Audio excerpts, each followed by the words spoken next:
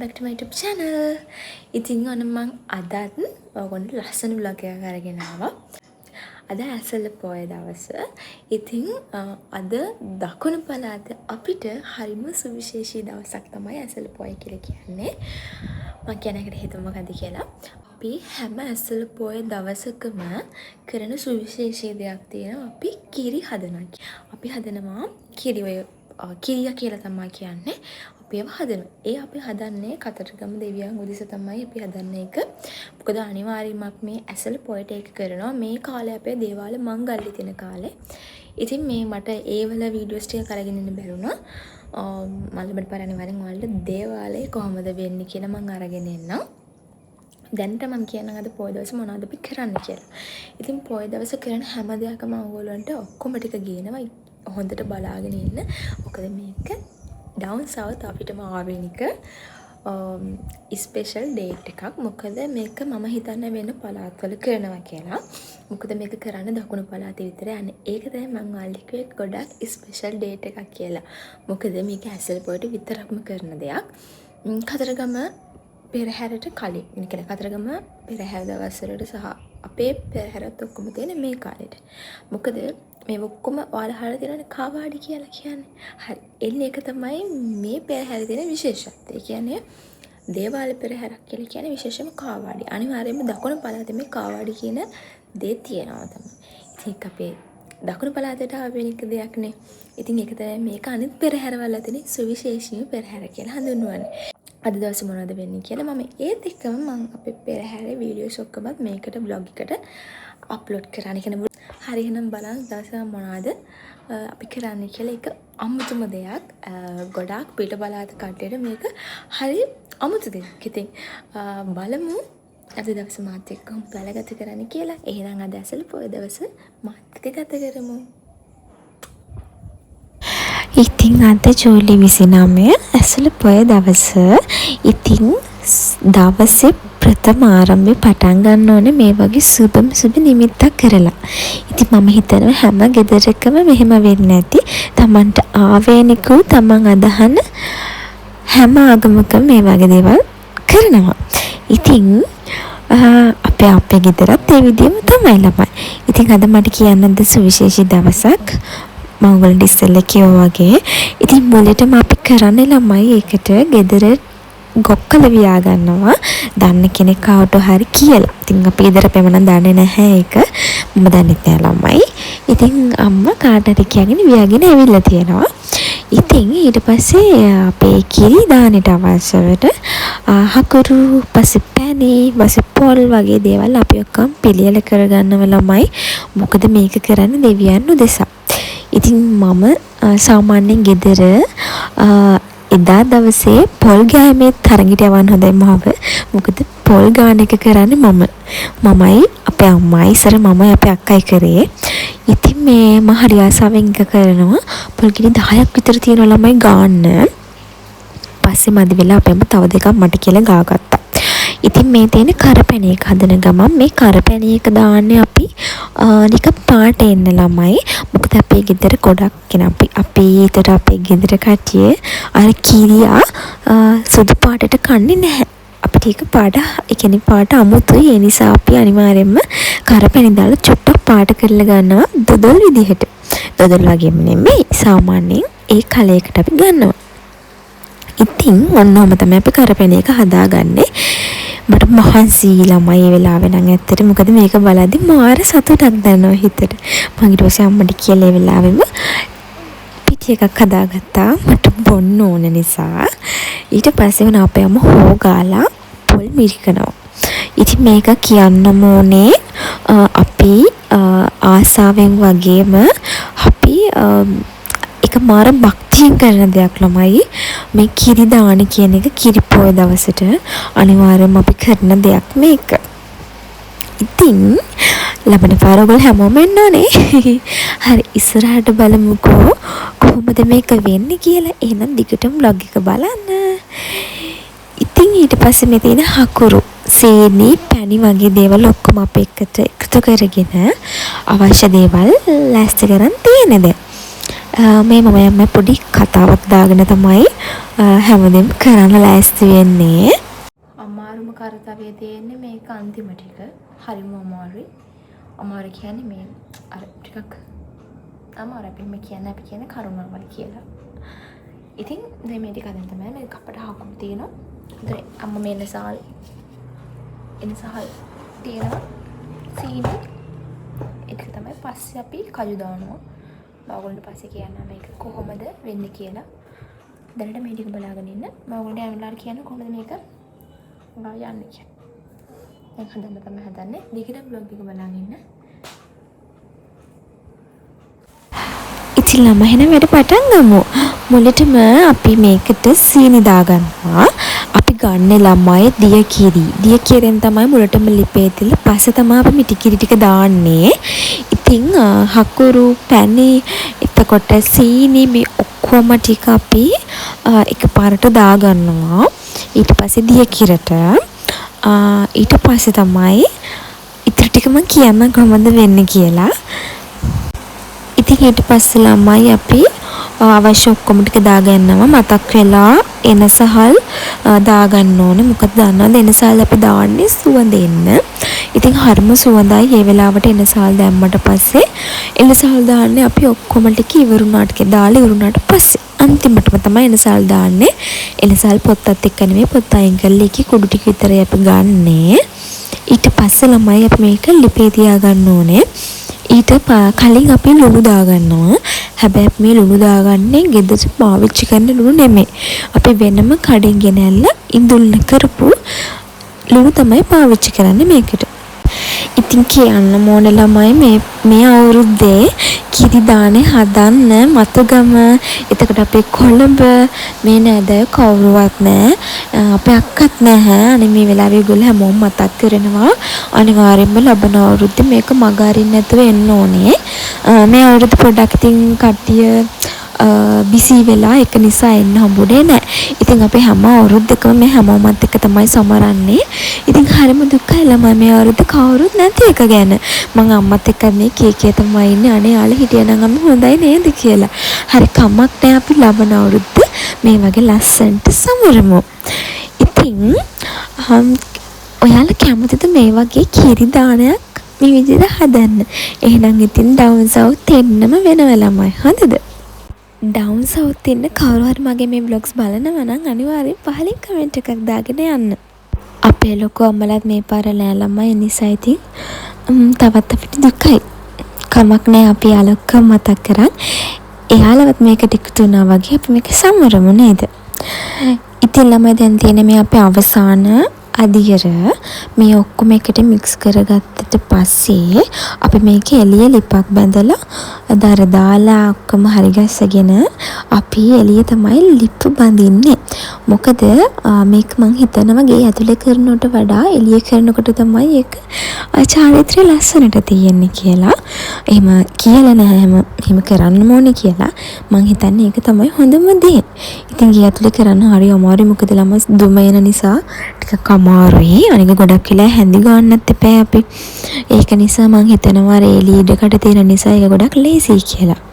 තව එකක් කියන්න ඕන ළමයි මට බ්ලොග්ස් කාලෙකින් ගේන්න බැරි වුණා. ඉස්සරහට අනිවාර්යෙන් මං දිගටම බ්ලොග්ස් අරගෙන එනවා. දිගටම මාත් එක්ක එකතු වෙලාම ඉන්න ඕනේ හොඳද? හරි දැන් මේ තියෙන අපේ ඔක්කොම done. දැන් තියෙන මේක අපිට ලිපේ තියන්න විතරයි. සාමාන්‍යයෙන් පැයක් එකමාරක් විතර යනකොට මේක කරුණාවයි අපිට ඒක කරගන්න ලැබුණා. මොකද මම මේක බලාදී ඒක හරි ගිහිලා තියෙන්නේ. මේකට දැන් අපි ඔක්කොම ටික දාලා ඉවරයි. ඕන අවශ්‍ය කරන හැමදේම දැන් තියෙන්නේ මේක ලිපේ තියන්න. ඔව් කරුණා වෙනවා මේ මිනින් මේක හදන්න ලැබෙන්න කියලා ප්‍රාර්ථනා කරනවා. ඉතින් දැන් හදමු. ඉතින් අපි ළමයි මේක ලිපිය තිබ්බා. හැබැයි මට මේක මුල් ටිකේ වීඩියෝ කරගන්න බැරි වුණා. මොකද ඒ වෙලාවේ පොඩ්ඩක් බිසි වෙලා තිබ්බේ. දැන් මං කිව්වා දිය කිරෙන් අපි ලිපිය තියන්නේ කියලා. හැබැයි දැන් මිටි කිරි ටික දැම්ම. මොකද මේකේ පදම හරි ගිහිලා තිබ්බේ අපි හැඳි ගන්නකොට. ඒ වෙලාවේ පොඩ්ඩක් බිසි වෙච්ච නිසා වීඩියෝ දාගන්න බැරි වුණා. ඉතින් කොහොම හරි සාමාන්‍යයෙන් අපි පැයක් එකමාරක් යනකොට මේ වැඩේ හරි ලස්සනට කරගන්න හම්බුණා. කට්ටිය ගොඩක් නැතුණත් මේ පාරත් අපි ඉස්සර විදිහටම ලස්සනටම වැඩේ කරන ළමයි. ඉතින් ඔන්න ඔහම තමයි අපි හැඳි ගන්නේ. පේනවනේ කට්ටිය බරටම වැඩ. අපි ඔන්න ඔය විදිහට සාමාන්‍යයෙන් පැයක් විතර යනකොට අපිට පදම එනවා. ඊට පස්සේ අපි කජු එතකොට රටින්දී අපි ඒව ඔක්කොම හරි ගැසගෙන තියාගන්න ළමයි. ඒව අපි දාන්න ඕනේ. මොකද අපි ඒව කලින් දාන්න නැත්තේ. ඒව කලින් දැම්මොත් නිකන් අර දිය වෙන්න වගේ බලනවා. මොකද රටින්දී ගොඩක් වෙලා තියන්න බෑනේ. ඒ නිසා අපි ටිකක් වෙලා ගියාට පස්සේ තමයි මේක දාන්නේ. අන්තිම හරියේදී පේනවනවලට මේකේ පාට දැන් නම් මේක හරි ගිහිල්ලා තියෙන්නේ. මන් ළමයි නාගත්තා. දැන් තියෙන්නේ මට පහනට මල් කඩා ගන්න යන්න ඕනේ. එහෙනම් මේ නෑව මම නාලා දැන් මල් කඩන්න තමයි යන ලෑස්ති වෙන්නේ. බුදු පහනටයි අපි අර ගොටක් තියනවා මේ ඉස්සරහින් කතරගම දෙවියන්ට. දැන් අපි හදපු කිරිබත් එතකොට හකුරු ලුණු මිරිස් හැමදේම එකතු කරලා පිළි නැතුව, ඒ කියන්නේ මස් මාළු කිසිම දෙයක් අපි පාවිච්චි කරන්නේ නැහැ. පාවිච්චි කරන්නේ මස් මාළු කිසිම දෙයක් අපි මේ දවස් කියන්නේ වේල් 3 කනකම් නෑ. ඇයි හොඳ නෑ. ඒ කියන්නේ අපිට ඒක පිළි පාවිච්චි කරන්නේ නෑ කොහොමත්. ඊට පස්සේ ටික තියලා මල් හඳුන්කුරු කොමිටි කිතලින් තියලා අපි පූජාව දීලා තමයි අපි කන්න ගන්නේ. හරි ළමයි මට දැන් තියෙන්නේ පහනට අවශ්‍ය කරන මල් ටික කඩන්න. හරි. පොය දවසට කරන්න අමාරුම වැඩේ තමයි මල් කඩන එක. මොකද ළමයි පොය දවසට මල් හොයාගන්න හරිම අමාරුයි. මොකද හැමෝම පන්සල් යන නිසා මල් ගහකවත් මලක් කඩාගන්න නැහැ. ඉතින් මම සාමාන්‍යයෙන් ඉස්සරින්දම මම සාමාන්‍යයෙන් මල් වට්ටිය පිරෙන්න මල් කඩන්න ඕනේ. ඉතින් මට මේ පාඩ හරියට කඩා ගන්න හම්බුනේ නෑ ළමයි. මොකද මල් තිබෙන්නේ නැහැ. අනික වැස්ස නිසාද මන් දන්නේ නැහැ. මලුත් හරිම අඩුයි. කොහොම හරි අපි මේක ලිපෙන් ගත්තට පස්සේ විනාඩි 10ක් ගියාට පස්සේ හොඳටම වැස්සා. කොහොම හරි අපි වැඩ අපි කරගත්තේ උනාට වැස්ස ළමයි. ඉතින් පේනවනේ ඔයාලට අහස කළු වෙලා වැහි කාලු ගුණයක් තමයි තියෙන්නේ කියලා ඔයාලට පේනවද නේද? හරි. ඊට පස්සේ අපේ අම්මා මම මල් ටික කඩන් එනකොට අපේ අම්මා කිරිබත් එක හදලා අපි කිරිබත් එකත් මේ විදිහට කෙසෙල් කොළ එක තමයි හරි ගස්සගන්නේ. අපි ඒකත් අර විදිහටම ඉඳුල් නොකර අපි ලුණු ටිකක්වත් කටේ තියන්නේ. ඒ විදිහට තමයි අපි කිරිබත් එකත් හදාගන්න ළමයි. ඉතින් දෙයක් කියන්න ඕන ළමයි, අපේ අම්මගේ කිරිබත් එක මම කොහෙවත් කාලා නැහැ. මොකද මාර රසට යා කිරිබත් එක හදනවා. ඒ වගේම මාර රසට කිරි දානවා ගොඩක්. කිරි ගොඩක් දැම්මම කිරිබත් එක මාරම රසයි කියන්නම ඕනේ. ඇත්තටම හරිම රසයි කිරිබත් එක. හැබැයි මේකට මාළු මුකුත් ගාව ගන්න නැති නිසා අපි ලුණු මිරිස් එක්ක තමයි එදාට කිරිබත් ටික කන්නේ.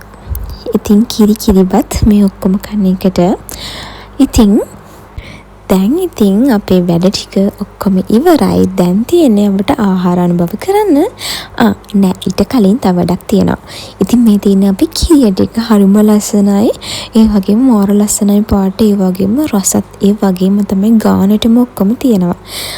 අපි අනුභව කරන්න කලින් අපි එක කතරගම දෙවියන්ට එක දානේ දෙන්න ඕනේ ළමයි. ඉතින් ඊට කලින් අපි බුදුහාමුදුරුවන්ට තියලා ඊට පස්සේ තමයි කතරගම දෙවියන්ට මේක පූජා කරන්නේ.